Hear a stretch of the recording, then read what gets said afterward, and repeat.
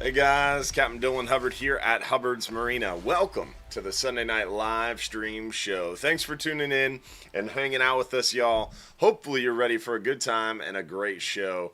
I know I am, and I hope you are as well. It's definitely another beautiful day here inside Johns Pass at Hubbard's Marina.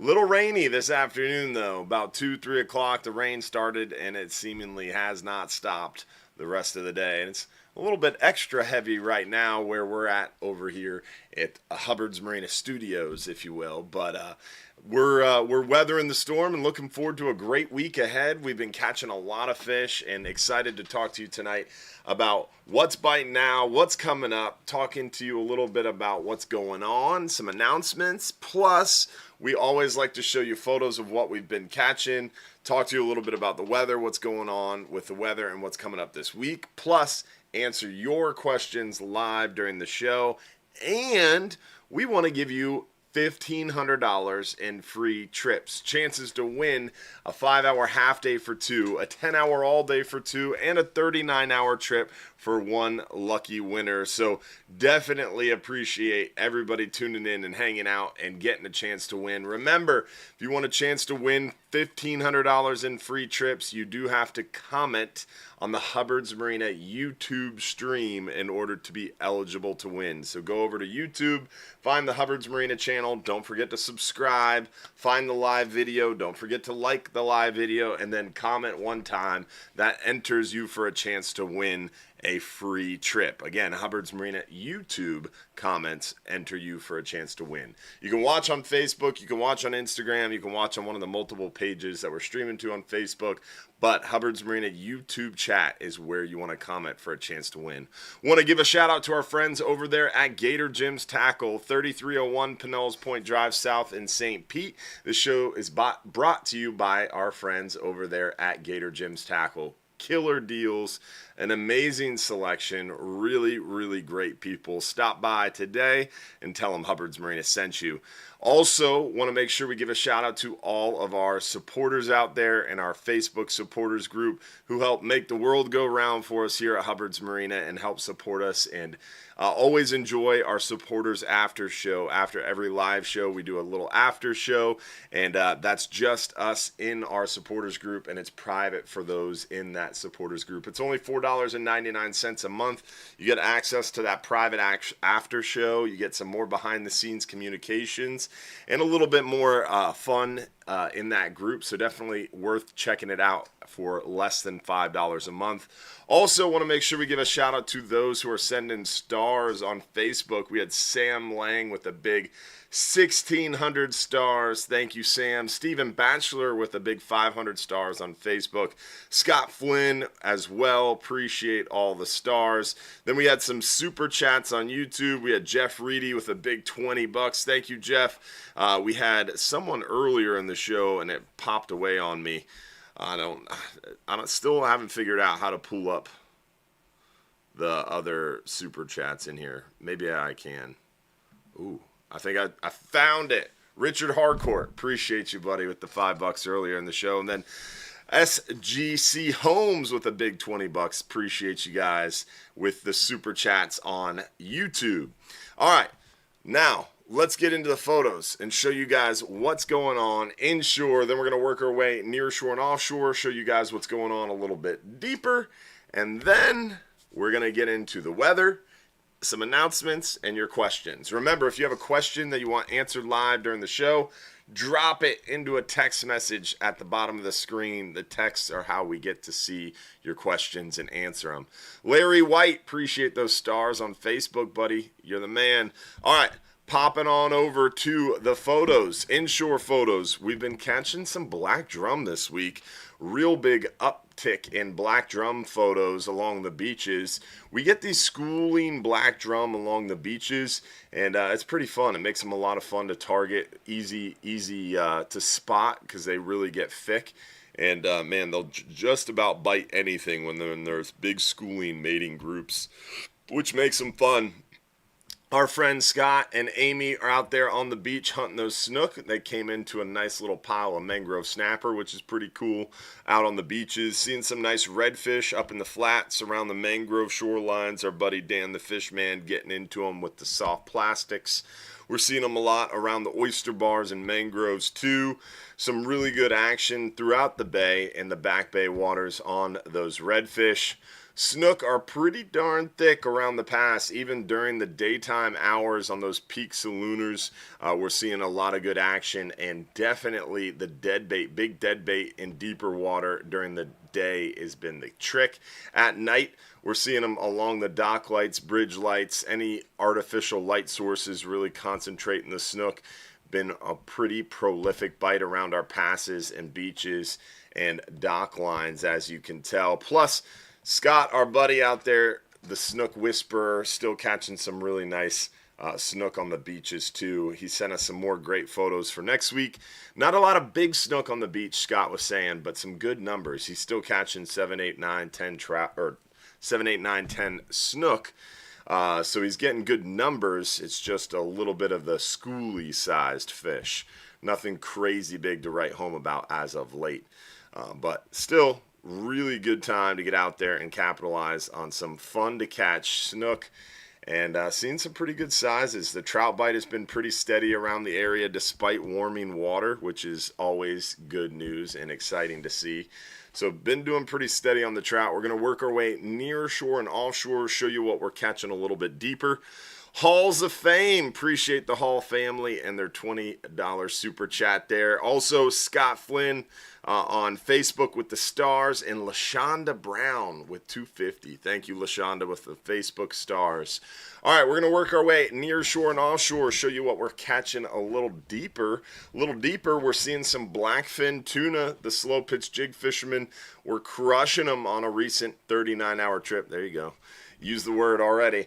They did real well. They caught, I think, about 3 or 4 blackfin tuna in one stop using the slow pitch jigs on a recent 39-hour trip, which was pretty cool. Seeing some nice blackfin tuna and seeing them on the troll, on the flat line, dropping dead baits, reeling in live baits, the slow pitch jigs. It's been pretty consistent, a lot of pelagic action. This last 39-hour trip that came in this morning, they had a wahoo swim up to the side of the boat. They had a sailfish. This morning's video, Will couldn't remember what the other pelagic was, and then he called me later and recalled it was a sailfish. We're seeing some big fat red groupers for sure. Lots of red grouper action, really steady red grouper bite. Remember, red grouper are open all year. Everybody was freaking out. They had that red grouper announcement. NOAA officially announces an emergency red grouper quota increase starting now. And everybody's like, whoa, and sharing it all over social media. Guys, that's what we've been talking about since like February. So it wasn't new news. They just finally passed the rule. So it was cool to see everybody excited about the red grouper quota increase, but it doesn't really do anything for us recreational anglers except for it solidifies the fact that that red grouper season should be open all year. We were kind of just going based on hopes, prayers, and what we were told. But now that that quota is actually on the books and is officially a federal regulation, we should hopefully get all the way through 2025 with an open red grouper fishery. Hopefully. Maybe. Potentially. They should. According to the data. I don't know. You know how that stuff goes. But we'll see. So some really good red grouper action. Red snapper's been pretty darn good to us. Red snappers open all the way through end of day, September 15th. So we've got pretty much another month and 5 days to get these monster red snapper. The Flying Hub 2 is doing really well out there with some dinosaur red snapper. We're seeing some good ones on the 39-hour trips, the 44-hour trips, the long-range private fishing charters, all catching some good ones. Plus scamp grouper, triggerfish. The triggerfish bite has been pretty consistent. They're open all year except for June, July, January, and February. So triggerfish should be open the rest of the year. Also lots of nice yellowtail, some big Almaco jacks, some big blackfin tunas, some catch and release shark action, unfortunately. all the way around, some really, really good opportunities to get out there and do some catching fun on the water. So that is the photos we've got to show you, nearshore or inshore, nearshore, and off. Now it's time to get into your questions and show you guys what's going on. Or actually, it's time to get into your weather and show you guys what's going on weather-wise. Sorry, getting ahead of myself. All right, weather-wise, we're going to pop over to hubbardsmarina.com, and right on our hubbardsmarina.com website, we're going to click fishing trips, then we're going to click weather links. On the weather links page, remember, we've got our wind finder forecast area. I'm going to start in the offshore waters, and as you can tell, man, this weather is getting a little bit weathery through the start of the week. It's kind of hanging out. Pretty interesting. We're going to talk about that. But long story short, weather is calming down. Tuesday looks really good midweek all the way through the remainder of the week. Really all the way through the coming weekend. So really nice conditions midweek through the weekend. Potentially a little bit of something there on the backside of this upcoming weekend, but that's pretty far away. And it doesn't look terrible Monday, August 18th. Again, that's really far out to even remotely start to consider it, but it's something to keep an eye on. Let's go into the inshore report. Same thing. It's looking good Tuesday. So Tuesday's report looks much better Tuesday, and it looks good all the way through. So really, really nice calm conditions, moderate winds for the inshore report for the next 10 days after tomorrow. Tomorrow's still looking a little adverse. We'll have to address that and kind of see what's going on. But let's pop on over here to spaghettimodels.com, our buddy at Mike's weather page. We definitely have some tropical weather to look at or to talk about, to think about. You can see the red splotch. That is a area to watch that has, I believe, a 90% chance of cyclone formation. So there's a 90% chance we're getting something tropical. This morning, I think it was only around 70 or 80%. So it's getting more and more likely that we're going to see a tropical cyclone out of that area. And I've been monitoring it pretty closely. This morning, it was staying out over there in the Gulf or in the Atlantic, and not really anything for us to worry about. So let's take a peek what it's showing tonight, because remember, every about 6 to 8 hours these models update. So there's the little storm coming into the picture, and yep, recurve, always good. Oh, there it is. That's what's causing another one. So this is so I said Tuesday, August 18th and 19th. There was a little bit of weather there on the offshore report. What was that? Yeah. So Monday, August 18th and Tuesday, August 19th, we saw this when we were looking at Wind Finder, a little bit of an increase in the wind and a little bit of an increase in the rain chance. This is really far away. So again, it's not really something you can count on, but it's something to watch. So odd that you see this on Wind Finder, and when we popped over here to the weather models, now you see what it is.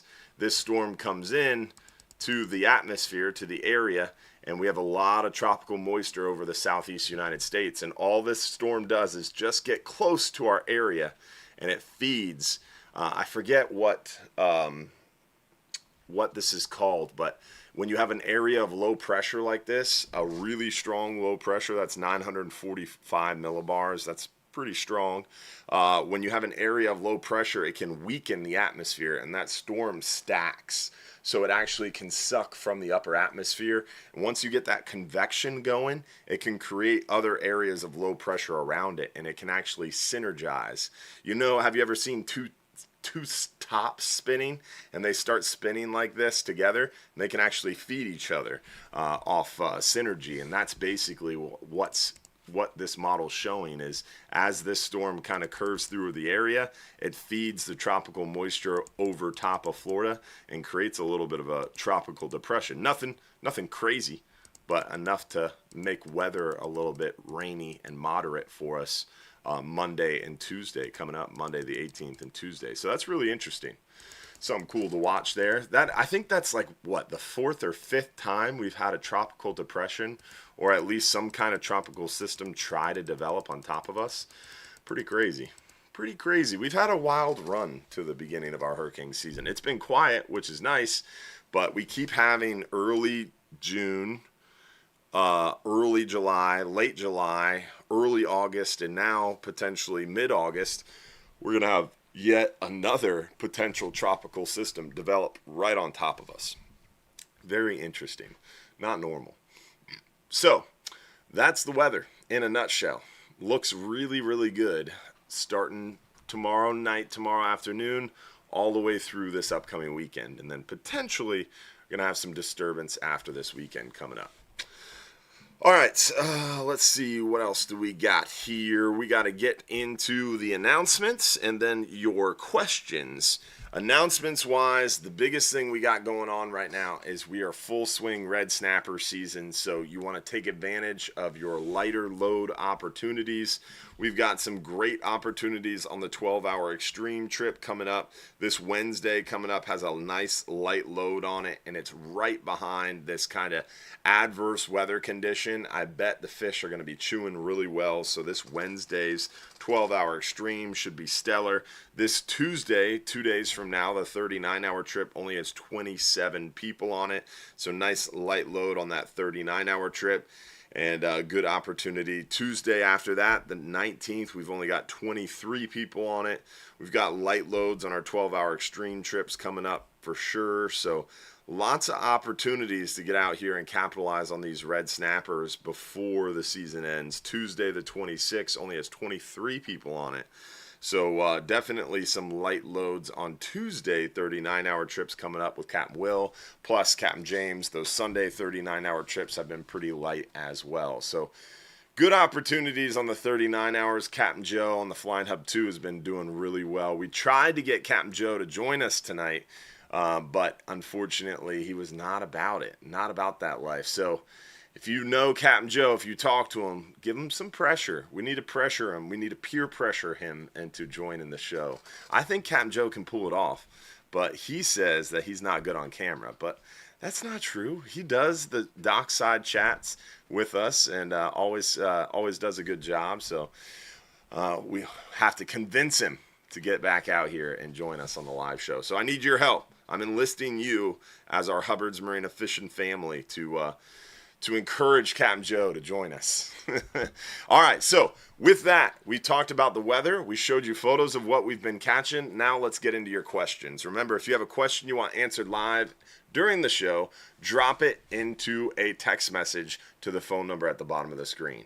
All right, your questions. And we're going to answer a few questions, and then we'll start the giveaways. Remember, if you want a chance to win $1,500 in free trips, you do have to comment one time on the Hubbard's Marina YouTube live stream, and it helps if you remember to subscribe and like the video for us as well. Remember, if you're watching on Facebook, Instagram, YouTube, wherever you're watching, always give the live stream a like for us. Helps us to reach more people. We appreciate it. All right, next. Oh, sorry. Josh wants me to read this.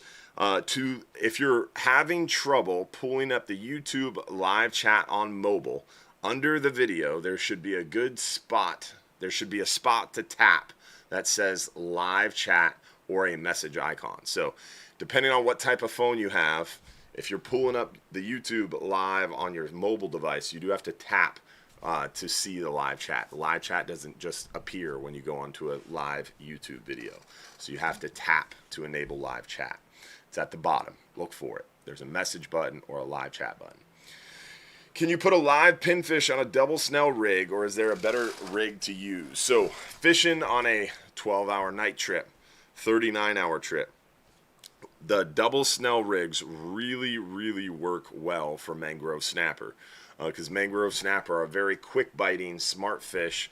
So I like using a double snell rig and a cut thread fin. Cut the head, cut the tail, trim the belly. You got a nice rectangular piece of beautiful meat.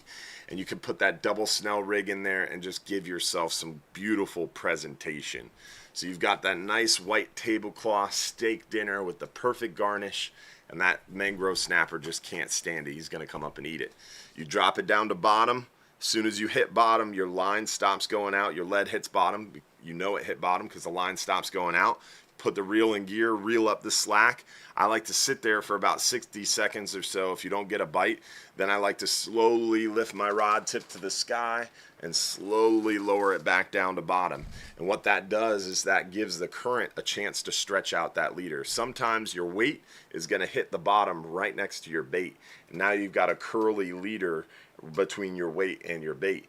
If you lift that rod tip up real slowly, it lifts that weight off the bottom, and then the current's going to help kind of stretch out that leader. And then as you slowly lower your rod back down to bottom, your bait's going to get dragged away from your weight, and it's going to be nice and stretched out and looking beautiful. You have a much better presentation, much straighter leader, and the fish generally are going to be more susceptible to be fooled into chewing. Now, if you're dropping down a live bait, doesn't make much sense to have two hooks, because then you've got another hook flopping around that live bait. If you're going to use a double snell rig to hook a live bait, a lot of people will put that live bait on the bottom hook, the hook furthest from the lead, because it gives it a little bit more movement, right? It's not trailing a big hook with it. I personally, if I'm going to drop down a pinfish, like most of the time, I'm using a double snell rig fishing for mangrove snapper for a majority of the trip, unless I'm dropping down a big live bait. If I'm dropping down a big live bait, I grab another rod with a little heavier leader. I'm fishing mangrove snapper, a double snell rig with 40, 50, 60 pound test, depending on the time of year. If gags are open, I'm using 50, 60 pound test. If gags aren't open, I'm using like 40, 50 pound test in double snell rig. But if I'm dropping down a live bait, generally I'm going to be dropping it down on a little bit heavier setup, 60 pound test and a single hook. Now, if people around me are fishing for mangroves and they're catching big mangroves on small to medium live pinfish, so I'm going to drop down a pinfish, that is what I would probably do. Is I'd take my light tackle setup with that double snell rig and I'd trim that second hook off and put down a single hooked live pinfish.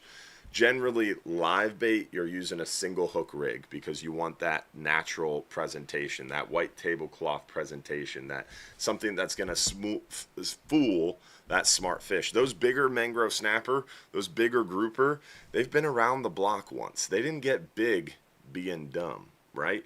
They're smart fish. So they're going to be discerning. So they are not going to go for that Waffle House presentation on your chicken rig. You need a nice fish finder rig, that slip lead. You need a nice presentation. So using a single hook with a live bait is a good option. And then I always like using a double snell rig if I'm dropping dead bait. Is an African pompano ever caught on offshore trips? Yes, we catch African pompano quite a bit. I would say most commonly around big wrecks, springs, big peaks, big, huge offshore structures, and we catch them most frequently off the bottom, anywhere from 5, 10, 15, upwards of 30, 40 feet off the bottom.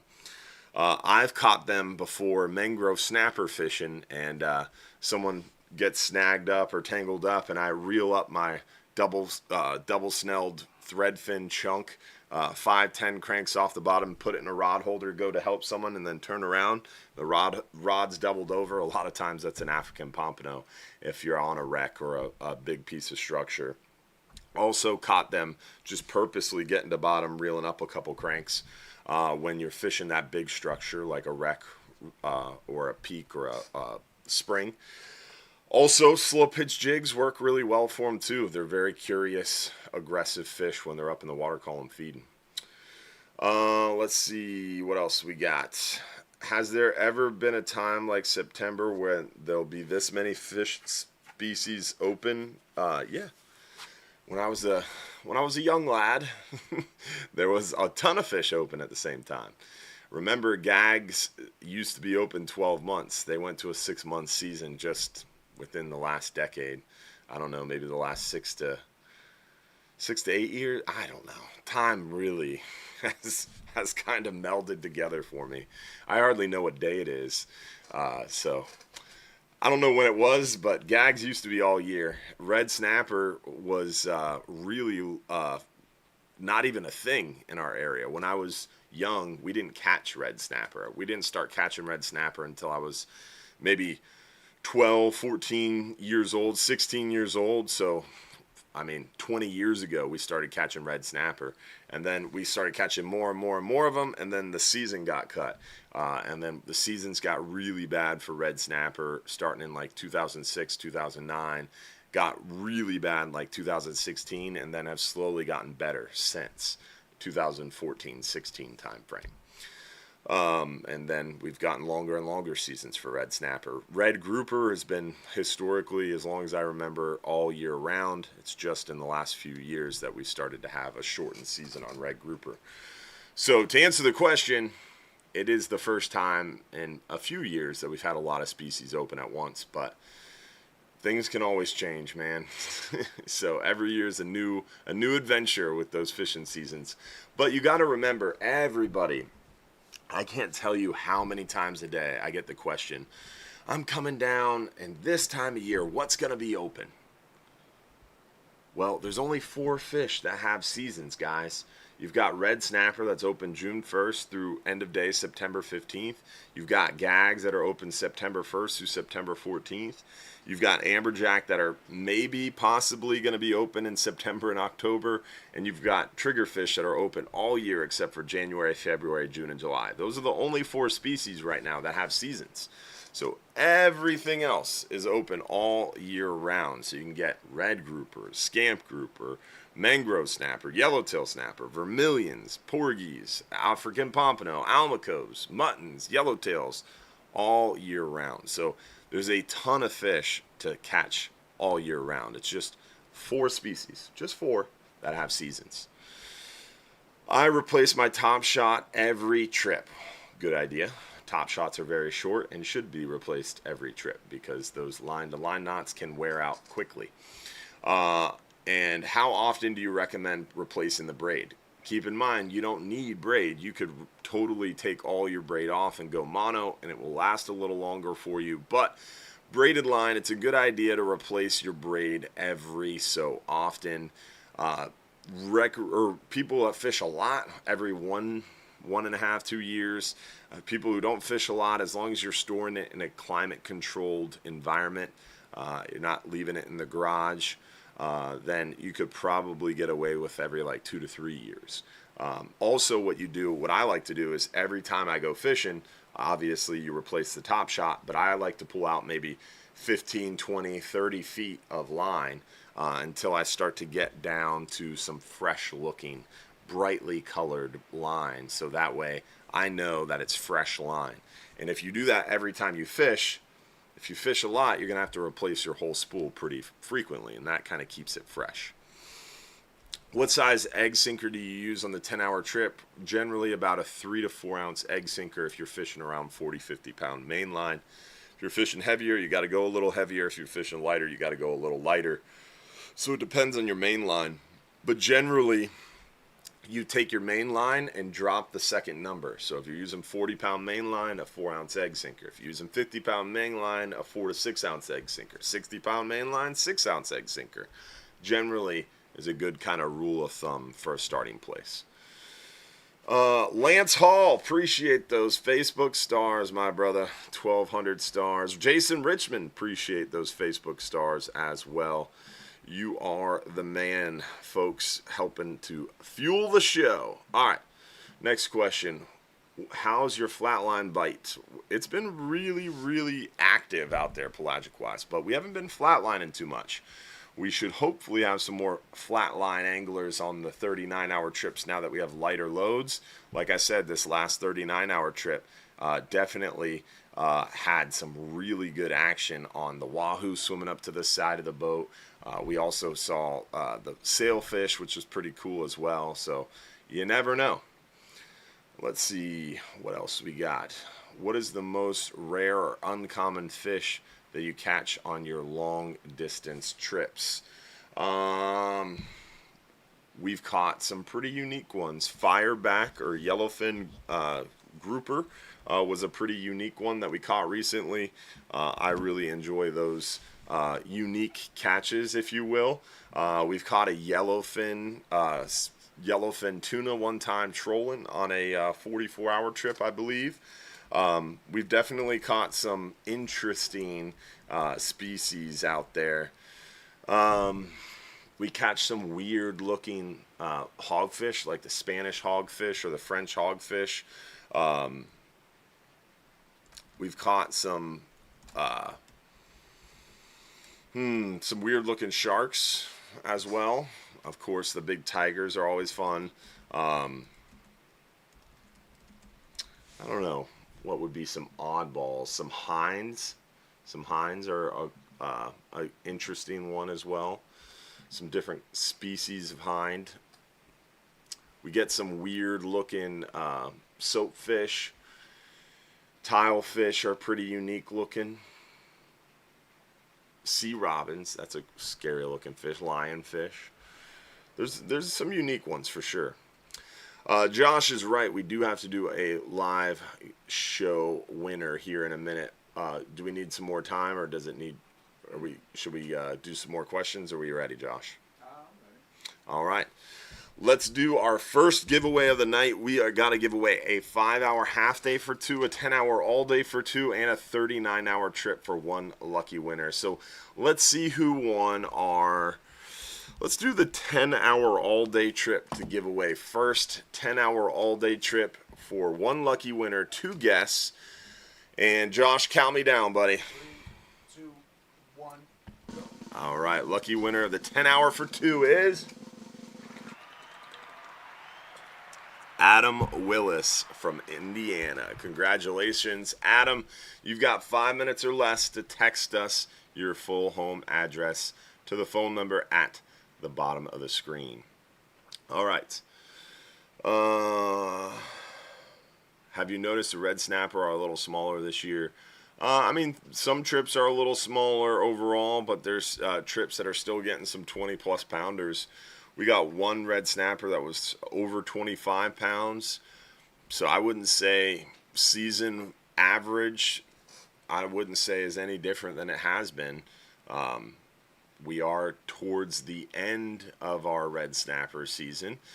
So we are kind of focusing on some other species. Like right now, lately, we've been fishing a little deeper, catching some huge numbers of really big mangrove snapper, which has been fun. So we're definitely kind of still shifting focus around, and if we have a really good bite of big mangroves, then we stay on top of that. But this last 44-hour trip, we went to a different area because in that area we weren't getting a bunch of big red snapper, so we went hunting around to try to find some big red snapper and nice mangroves. Found good numbers of mangroves on the 44-hour, but not the big ones we were hoping for. But we did get some nice red snapper, but nothing real big either. The 12-hour extreme has been catching some big dogs, as you saw in the photos at the earlier part of the show. One of the biggest red snapper of the season was brought in recently on the 12-hour extreme with Captain Dylan Kilgore. We've seen some really nice catches of fish. I mean, Will's 39-hour trip this past Tuesday, that catch was one of the best catches of the year, in his words. So I would say fishing's going pretty well. But it is definitely the last maybe 2 weeks, we haven't seen a huge average size of red snapper, but we've been seeing some really good other species for sure. Let's see. What's the next question? Can you let me know if the Penn Squall lever drag 2-speed is a good size for your 10-hour trip? So Penn Squall lever drag 2-speed is a type of reel. There is a whole litany of different sizes of Penn Squalls. So need a little bit more information. What size Penn Squall did you get? But most likely, to answer your question, it's probably good for a 10-hour trip. You only need about 25 to 30 pounds of drag for that 10-hour trip. So look at the size of the reel you got and then look at the drag rating. If it's rated for 25, 30 pounds of drag or more, should work. I'd probably put 40-pound test on it and you'll be good to go. What? Yeah, I think this is going to be a different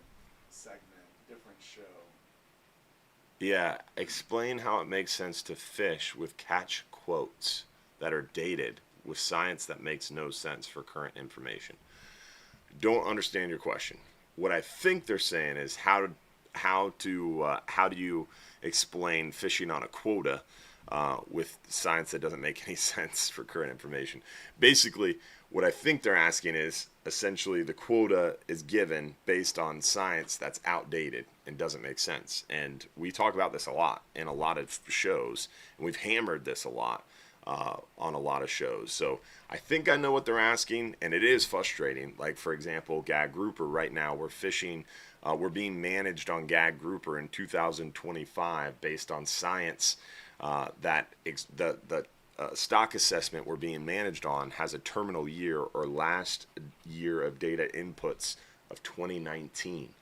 So we're being managed in 2025 based on science that's 6 years old. So the science, of course, is not going to match up to what we're seeing on the water today. So there's a huge, huge lag in science to management, which is really frustrating. And there's multiple different avenues that they're trying to work to try to speed that up. But yeah, none of it's going very fast, and it's all very, very, very frustrating. So I think that's what you're asking, and I can't make it make sense because it doesn't make sense to me. And I'm very frustrated about it, and that's something I hammer every time I talk to anybody in charge. I think one of the biggest things that face our fishery, one of the biggest problems that face our fishery is private recreational angling. There's a ton of private recreational anglers out there, and they're all pissed off. They're all angry because the data doesn't make sense, the science doesn't make sense, the system seemingly doesn't make sense, and it's too slow. And there's no recreational data, so every time they close a fishery or shorten a season, it's really hard to swallow that pill because they're using estimates and surveys and things that don't make a lot of sense to private recreational angler Joe, you know? So we have to get to a better place to use recreational data, and we have to use today's technology with whether it's electronic reporting, self-reporting, some sort of recreational recreational permit so they know how many people are out there. Because remember, there's 5 tenets to fish. There's 2 tenets to fisheries science: fisheries independent science and fisheries dependent science. Fisheries independent science is great. A bunch of scientists out there doing their thing, dropping cameras down, doing CMAP trawl surveys. They get a lot of good fisheries independent science, but that's all useless unless you have fisheries dependent science. The fisheries dependent science is important because fishermen and fisher ladies like you and I, we change our behaviors. If we're not catching fish, we're changing leader size, changing hook size, and we are going to hopefully catch fish more effectively and efficiently. So because of that, they have to have that fisheries dependent science. In fisheries dependent science, they have to know 5 things. How many people are out there fishing? How many anglers? What's the universe of anglers? How many trips are they taking? What's their catch per unit of effort? That's really important. Catch per unit of effort, or CPUE. Because my catch per unit of effort, 1 unit of effort of me out there fishing, might be different than average Joe angler who's in town for the week from the Midwest.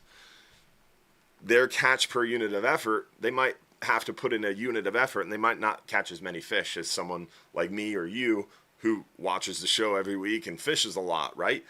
You might be a little bit more experienced. You might have a little bit better luck than this angler over here who's in town for the week who's never been offshore fishing. So catch per unit of effort is important. How many fish are caught and kept? How many fish are caught and released? Those are the 5 important things. How many people are out there? How many trips are they taking? What's their catch per unit of effort? What are they catching and keeping? What are they catching and releasing? For commercial fisheries, they know all of those things, and most of those things are double checked through the trip ticket and then through the dealer sales ticket. So it is a very over-regulated fishery, but because it's super regulated and they know all 5 of those fishery independent tenets or pillars, they have a much more up-to-date real-time management structure, and it's really frustrating to look at and see and recreational anglers don't get it because it's seemingly unfair. But it's unfair because there's only a few of them out there, like less than 800 now, and they have vessel monitoring services, so they're 24/7 tracked. Every ounce of fish is caught and weighed at the dock and then sold to a federal dealer that's weighed and recorded again, so everything's double recorded. So it's just a totally different management structure. Meanwhile, federal for-hire fleets, charter boats and party boats, almost all of those things are known for us too, because our head boats since 1986 have been required to report every week in the Gulf.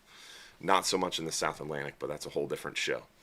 So the commercial fleet, the federal for-hire fleet, we have some good information. The private recreational fleet, there is none. They literally have no clue on any of that. They don't know how many people are out there with any real information. They don't know how many trips they're taking. It's a guess. They don't know the catch per unit of effort. It's a guess, an estimate, a survey. What's caught and kept, what's caught and released, essentially a guess for all 5 of those things. So yes, I think it's very frustrating, and I don't see how it gets better until we start to learn at least one of those things. And a mandatory permit to fish in federal waters would do that. Make it $10, $15 for the year, and you have to have a permit to go out there and fish in federal waters as a private angler. Maybe make it $5. It has to be a few dollars because there has to be some money there to fund the system, the logistics of setting up structure. But if everybody had to have a permit, that would tell us the universe of anglers. How many people are going out there to fish? That alone, that one piece of information alone would shatter a lot of problems. But people aren't willing to do it because they don't trust the system. And thus we go back into that circular argument of just frustration. So I don't know. We'll see. What speed are we cruising on the 39-hour trip? 7 to 9 knots. What's the next question? I'm trying to decide between a half day and 10-hour. What are the pros and cons? Do a 10-hour. The half-day trip's fun for the whole family, any age or level experience angler. It's kind of the beginning angler's trip. If you've done trips with us, do a 10-hour because you're going to go twice as far, twice as long. You start to get a chance for some bigger fish. 10 hours not going to catch you huge red grouper or red snapper, but you're going to get a chance for some keeper red grouper. You're going to get a chance for some lanes, some mangroves. 10 hours fun. It's the first trip that you have a chance for some good quality fish. Bonnie Korniak, one of our lady anglers, one of our longtime lady anglers in our Lady Anglers of Hubbard's Marina Facebook group and club, she went out on the 10-hour trip today, caught 2 keeper red grouper, caught her daily limit of red grouper. Pretty awesome. Cool to see. So you can get out there and do it if you know what you're doing, and she definitely has some good skills up her sleeve, so that was cool to see. Shout out to Bonnie and her red grouper catch. Send us the picture, by the way, Bonnie. For the 39-hour trips, I feel like it's standard to bring a conventional reel. Yes, don't bring spinning reels for bottom fishing. Oh, next part of the question. What if you wanted to bring a spinning reel? And what size would you bring? I wouldn't, and I don't recommend it because of the way a spinning reel is set up. Spinning reels have higher gear ratios. Higher gear ratios mean lower power. So you automatically fishing a spinning reel have lower power. You have high speed but low power. So you don't have a lot of torque to fight that bigger fish. Plus, the way you hold a spinning reel, you've got one hand on the reel and then your other hand is holding the rod and you're fighting that fish with one bicep and maybe a little front delt. So you don't have a lot of leverage, whereas a conventional rod is up underneath your right arm. Your left hand is in front of the reel. So now you're fighting that fish with your entire upper body. And that is a lot of leverage. Then your right hand's on that reel.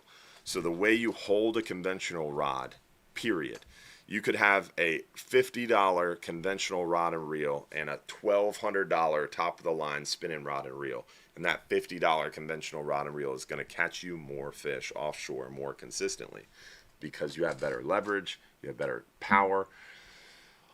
Definitely, all the way around the horn, superior. So I'm being a little facetious, but seriously, it is far superior to have a conventional reel.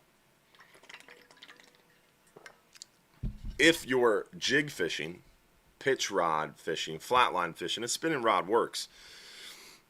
But generally, even slow pitch jig fishermen, conventional is best because you have more line capacity, you have a lower gear ratio, you have more power. So I'd stay away from the spinning rods completely unless you're bringing it to do a pitch rod or a flat line or some sort of knocker rigging maybe. Or if you're on a 5 or 10 hour. If you're fishing less than 100, 120 foot of water, spinning reels are great. But if you're fishing deep water, 120 foot plus, leave a spinning rod at home. Don't drop it down with dead bait or live bait. It's going to get you tangled up with other people because you're going to take too long trying to bring that fish to the surface. It's going to be able to swim around and it's going to get you tangled up and you're going to lose your fish. If you do get your fish, everybody around you is going to hate you because you're going to be more tangled up. What species are targeted on a 39-hour trip in October? See, told you earlier in the show, get this question all the time. Remember, everything is open all year except for 4 things. We already went over those seasons. So in October, we're going to be targeting red grouper, scamp grouper, triggerfish, mangroves, yellowtails, muttons, almacos, African pompanos, vermilions, porgies. I mean, the list goes on and on and on. Endless litany of different species. What species are targeted? Oh, I'm reading the same question again. What's the lightest lead fishing for mangroves with the double snell rig? So on a 39-hour trip, lightest you'd want to go is maybe 4 to 6 ounces. But most of the time you want to fish 6 ounce as a minimum on the 39. Unless it's a super light load, then you might be able to get away with some lighter tackle, lighter leads. And a lot of times we do have lighter loads. Like I assume come October, we'll probably have some really light load trips. And getting away with some light tackle, light leads works when there's less people on the boat for sure. Yeah, that is a good one. Let's keep going. What if it rains or bad weather happens? Do you still go out? It all depends. I mean, most of the time, my grandfather always said, and this is what I talk to our captains and crew about a lot, and unfortunately I have to keep bringing it up. People are upset when you cancel, and people are upset when you take them. Because when bad weather happens, and we have to cancel because of bad weather, people have planned their vacations around going fishing. If you're local, you've taken time off of work, you've gotten babysitters lined up, you've gotten your wife to agree to give you a weekend off, or your husband to agree to give you a weekend off. You've had to put in some time, logistics, planning, and infrastructure set up around getting out there to go fishing. So it doesn't matter if the weather is bad. If we cancel, people are upset, frustrated. So it's very, very frustrating to people when we have to cancel trips, and understandably so, because your life it's hard to plan time to go fishing. So we try not to cancel trips unless it's unsafe. If it's unsafe, then it's out of our hands. If it's borderline, like, hey, it's going to be bumpy, but we can still keep people safe and we can go fishing, we'll go fishing. And we just have to be as upfront, honest, and transparent about the weather as we can be and let people know, hey, it's going to be bumpy, it's going to be wet, it's going to be rainy. We're going to take you and keep you safe. If you want to join us, come on. And then sometimes they're angry we took them. We didn't cancel because it's safe, but yeah, the weather can sometimes be a little tough. Currents may be running a little strong. Maybe it's really rainy. Maybe it's a little bumpy. And then it makes fishing tough. And then people are upset we took them. Hey, why didn't you cancel? We should have canceled. The weather was tough, you know. So it's darned if you do, darned if you don't, right? So our big thing is if it's safe, if it's fishable, we're going to get you out there. All right. Is it time for another giveaway, Josh? All right. This giveaway is brought to you by our friends over there at let's see if I can point to it. Bass Pro Shops and Cabela's. Team Outdoors. Remember, we have been partners of Bass Pro Shops for a really, really, really long time. And we use their Bass Pro Shops Offshore Angler Seafire reels and Sea Lion rods as our rentals. We also often use their Ocean Master jig and reels for our flatlining options on our private charter boats. We've used a whole litany of their tackle and setups, and we actually helped pioneer and really product test those Seafire reels. So if you're looking for affordable combos, look no further than those Seafire Offshore Angler Seafire reels by Bass Pro Shops and Cabela's.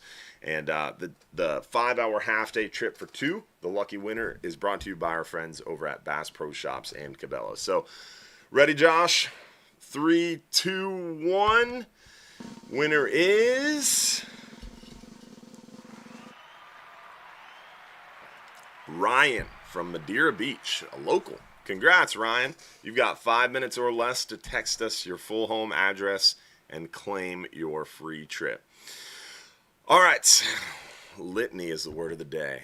You know, I always have one word I like to repeat. Sometimes it's crush. Tonight it's litany. You never know.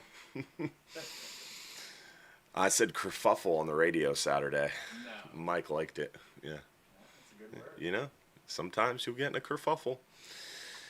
I was messing around with that Twain AI that you showed me, Josh. Yeah. And I didn't realize, but you can tell it what style of writing, basic, intermediate, or advanced. So I did some advanced writing. Man, that is some entertaining stuff. I love me some AI. It's fun. It's pretty good. Wait, I'm going to start showing you the graphics one, really good ones. We'll talk about it after the show. Yeah, it's pretty fun. I like playing around with it. AI like runs my life. I have an AI calendar now. I have an AI bot in my email. I've got AI employees. It's beautiful. It's fun. Patricia hates it, by the way. So if you ever have to deal with our HR department, you should mention AI. She loves it. I'm gonna call her. I actually got to call her and update my address. Yeah, pretend it's like AI calling her. She loves it. I can do a voice. Yeah. Is there enough room on the 12-hour extreme for me to wear a rod harness? No. Yes and no. So you can. There's enough room. But remember, we're bottom fishing. So we're fishing straight up and down. So wearing a rod harness does not work. Because a rod harness is for when you're fishing pelagics up on the surface, out and away from the boat. If you're fishing straight up and down, a rod harness does not work, especially with the rail height on the flying hub too. So, don't do it. This is a good question. Do you keep your finger on the line to feel the bite? Yes and no. Remember, when you're buying an offshore conventional rod and reel setup combo for fishing in saltwater, offshore, and deep water, you're really, even inshore, even freshwater, whenever you're buying a setup, a rod and reel setup, a rod and reel combo, if you've got $500, $600, $800 to spend, your biggest investment should always be the rod. Your rod is going to be what helps you to feel the bite. The rod is going to be what fights the fish. The rod is the connection, the smoothness, if you will. The reel simply provides a smooth drag and drag power and line capacity. So really, your biggest investment should always be the rod. So if you've got a really nice fishing rod that's got some good sensitivity to it, you really don't have to keep your finger on the line. Myself, out of habit, I've always just been a little bit ADHD about keeping my finger on the line. When I'm conventional rod fishing, I always have my left hand in front of the reel, and I just put my thumb and forefinger above the rod, and I let that line rest on top of my forefinger and underneath my thumb. So I kind of have that rod pinned in my left hand and my forefinger and thumb, so I can feel it really well when I'm fishing a conventional reel. I've always got that trigger finger out in my right hand with my trigger finger on the line. So yes, always, obsessively, have my finger on the line for sure. Jason Richmond, appreciate those 500 stars on Facebook, my friend. Thank you, buddy. Is a 62 quart cooler too big for a 39-hour trip? So real simple. Our rules state we don't allow any coolers larger than 48 quarts. There's no, when you go to buy a cooler, there's no like, this cooler is the size of a 48 quart cooler. We realize that. There's no dimensions on our website. We don't get out there with a ruler. This isn't TSA or Spirit Airlines where we make your cooler go fit into a side of box. And if it doesn't fit in the box, we upcharge you for a bag fee. No, that's not the way we roll. But we also are a party boat, and we have to get along. And we're only as strong as our weakest link, and it takes everybody working together to have a positive trip. So what I mean by that is if everybody on the boat decides to bring a 68 quart or 62 quart or 75 quart cooler, not going to be a lot of room on that boat. So we need everybody to try to work together to bring a realistic amount of stuff. You don't need to bring everything in your garage. Mike, Upham, looking at you. You don't need to bring the 75 quart cooler. Just try to be as minimalistic as you can, because the less stuff you bring, the less stuff he brings, the less stuff she brings, the more room we're going to have on the boat. Especially on the Flying Hub 2, on the 12-hour trips, the 12-hour extreme trips, that boat is extremely weight sensitive. So the less stuff you bring, literally the faster the boat will go and the more fishing time you will have. On the 39-hour trip, obviously the boat's not as weight sensitive, but if everybody brings a big cooler, you're not going to have any room to walk around the cabin. So be kind and courteous to others, right? It's the old golden rule. Do unto others as you want done to you. If you don't want everybody else to have a really big cooler in your way, bring a cooler that's going to be a good size. So that's what I always suggest. The rule is 48 quarts. If it's 50 quarts, if it's a 62 quart compact cooler, whatever. We're not gonna break out a ruler on you. But just keep in mind, if you start bringing more stuff and bigger stuff, and everybody else does too, what's that going to do to the quality of the trip? I don't want to have to get to a point where we're measuring coolers. So don't force us into that position. Let's all work together. All right. So what else do we got here? Uh-oh.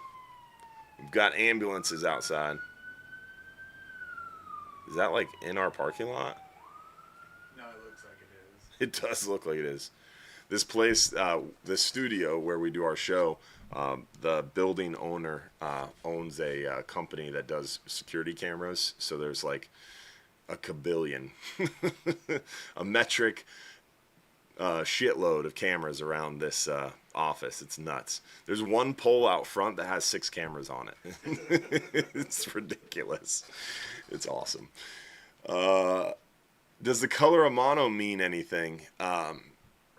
Yeah, I don't think so personally.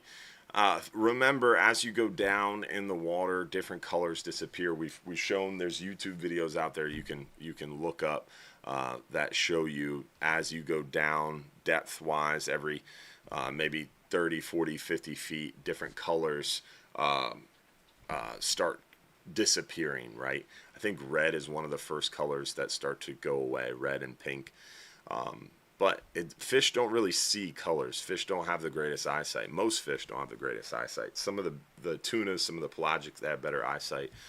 But most fish don't have really good eyesights. They see in like different grays.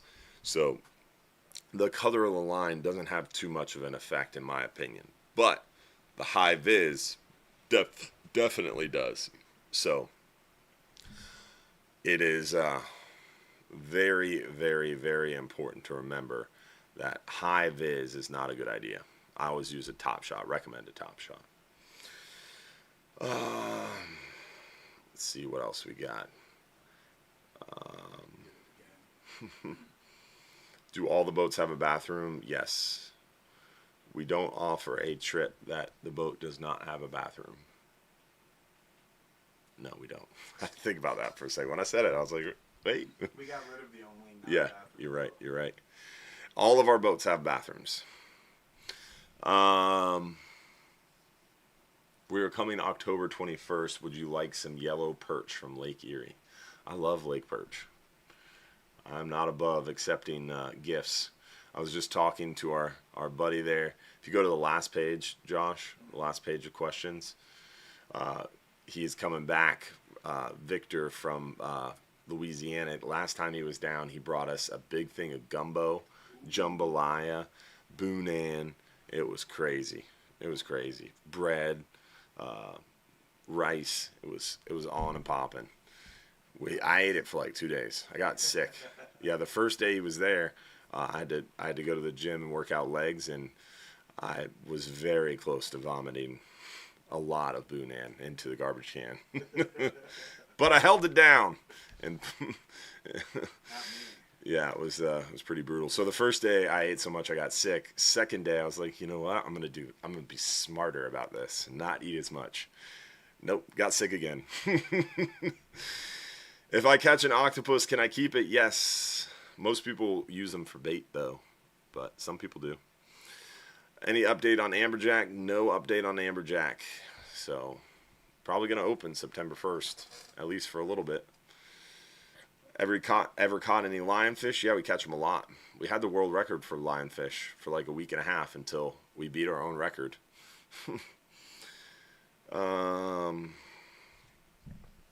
Can you explain the flatline technique and what tackle is used? Yeah. We've talked about it in the past. We have some great videos on it on our YouTube channel. But basically, flatline fishing is, instead of bottom fishing, you take a thread fin, a dead thread fin, a frozen thread fin, and you hook it on a kingfish stinger rig and you cast it out there. And you let it sit on the surface. And as the boat swings on anchor, or as the boat drifts on a half day, it goes out away from the boat up on the surface. And that's why they call it a flat line, because the line is typically out at such an angle it looks flat. And it's for those pelagic fish. Captain Glenn Taylor said something cool when he was at OCC Roadhouse doing a seminar. He said this little quote, and I loved it. So he is really well known for his wahoo, for his kingfish, for his blackfin tuna, for his mahi, for his cobia. He's all about the pelagic bite. And he said a really cool line that stuck with me. He said, you drop to the bottom for the groceries. You fish on top for the trophies.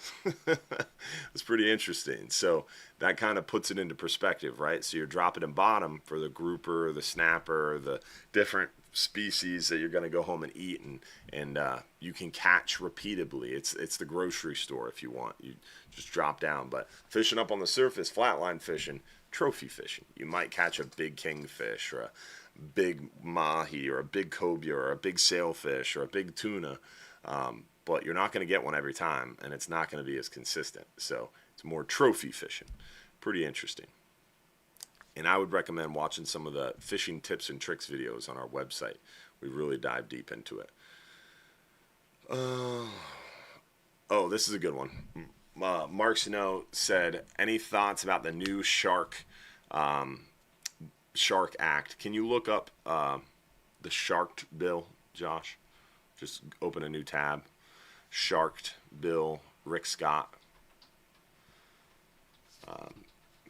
Congressman Rick Scott, Senator Rick Scott, yeah.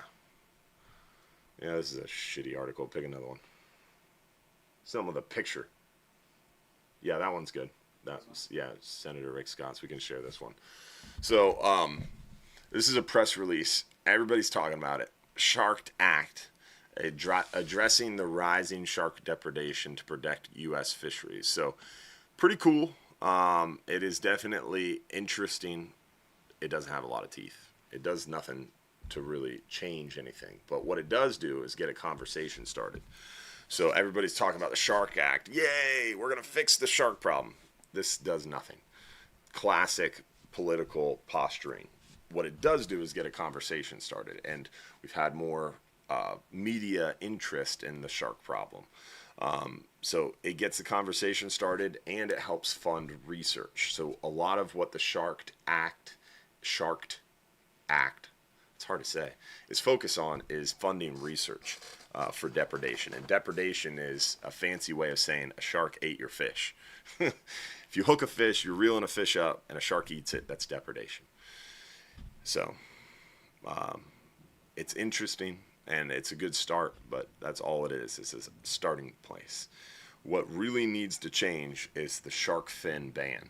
So right now, if you're a commercial shark fisherman, God bless you, because it is a terrible job, because you have to be essentially a scientist, because 90% of these sharks look the exact same. So you really have to know your stuff. You actually literally have to go to a school. NOAA makes you go to a school if you have a shark permit.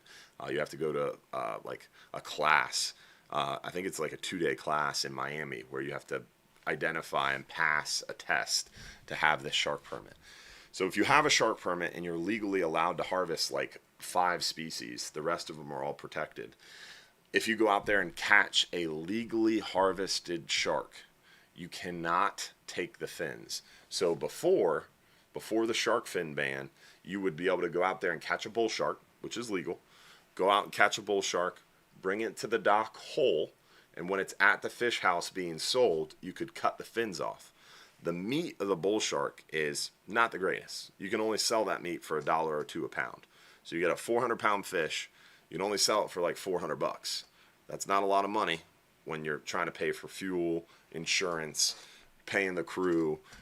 There's a lot of costs there. So $1 to $2 a pound sounds like a lot, but it's not. Most of the fish, like red snapper, gag grouper, you're getting $6, $8, $10 a pound for. No, excuse me, $4, $6. It was a bad example. Most fish you're getting $5 to $10 a pound for, whereas sharks it's $1 or $2 a pound. The shark fins you could get like $30 or $35 a pound. So shark fin sales made shark fishing commercially viable. So you go out there and catch 50, 60 sharks, you'd sell them for $1 or $2 a pound, and then you'd sell the fins for $30, $35, $40 a pound. So people would actually have those businesses. When the U.S. Senate and Congress passed the legislative act to ban shark fin sales on legally harvested sharks, it killed shark fishing and basically made legal shark fishing unaffordable. Why would you go do it? Because you can't make any money. Because you can't sell the legally caught harvested fins. So they need to take that bill and ban and do away with it. Once they do away with that ban, then you would legally be able to go out and catch a shark, land it legally, and then at the fish house cut the fins off. You can't cut the fins off offshore, because what would happen is people would catch a shark, cut the fins off, and throw it back.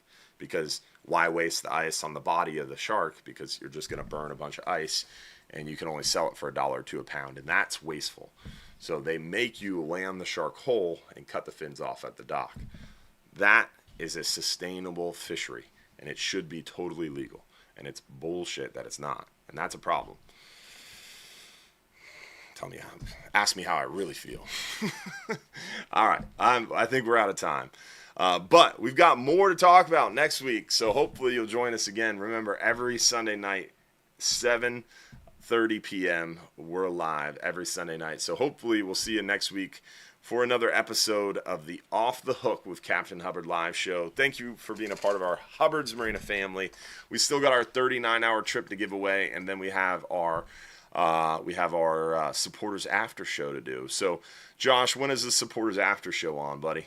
Let's do 8:45. 8:45 for the supporters after show. So hopefully you'll get a chance to join us for our supporters after show. Remember, it's less than $5 a month for access to the private supporters group on Facebook. And that gives you access to the private group, access to the private after show, plus tons of behind the scenes info. So check it out. Also, want to make sure we give a shout out to all of our fishing family who are out there watching the show tonight and being a part of our Hubbard's Marina family. Don't forget to subscribe on YouTube. We got a ton of new content coming out all the time. If you're not subscribed, you're missing out. So make sure you hit that like button. Make sure you hit that subscribe button. Make sure you drop a comment. Let us know where you're watching from. And then hopefully we'll see you guys again next week. Remember, every Sunday night you get a chance to win $1,500 in free trips. If you want to join the supporters group, Josh is going to drop the link in the chats on Facebook and on YouTube. So if you want to join the supporters group, you can follow the link Josh is putting in the chat now. It's on our website, but it's only $4.99 a month. Get private access. So After show was what time? 8:45. 8:45. Let's see who won our 39-hour trip for one lucky winner, brought to you by our friends over at Innovative Pools and Spa. Remember, Innovative Pools and Spa has 35 years of experience building pools in the Tampa Bay area. They have been continuing to raise the bar on pool construction, design, and features, and they have an unparalleled passion for the industry. Plus, they're running a special right now for $49,000. You can get a 12 by 24-foot pool with top-of-the-line construction, top-of-the-line materials and pumps. It is a killer end-of-summer special, so check it out. Visit them online at innovativepoolsandspa.net. Tell them Hubbard's Marina sent you, or give them a call at 727-788-1650 and find out why Innovative Pools and Spa is a top choice for families in our community. Thank you to Bass Pro, Cabela's, Team Outdoors, our friends over at Gator Jim's Tackle, and of course, our friends at Innovative Pools and Spa, and fishing friends like you for being a part of our Hubbard's Marina family. We'll see you again next week for another episode. Let's find out who won that 39-hour trip for one lucky winner in 3, 2, 1. Winner is Jennifer Chazelle. Coming down in November. We'll see you soon, Jennifer. You got 5 minutes or less to text us your full home address. We'll see everybody else for the Supporters After Show very, very shortly. Have a good night, y'all. Tight lines. We're out.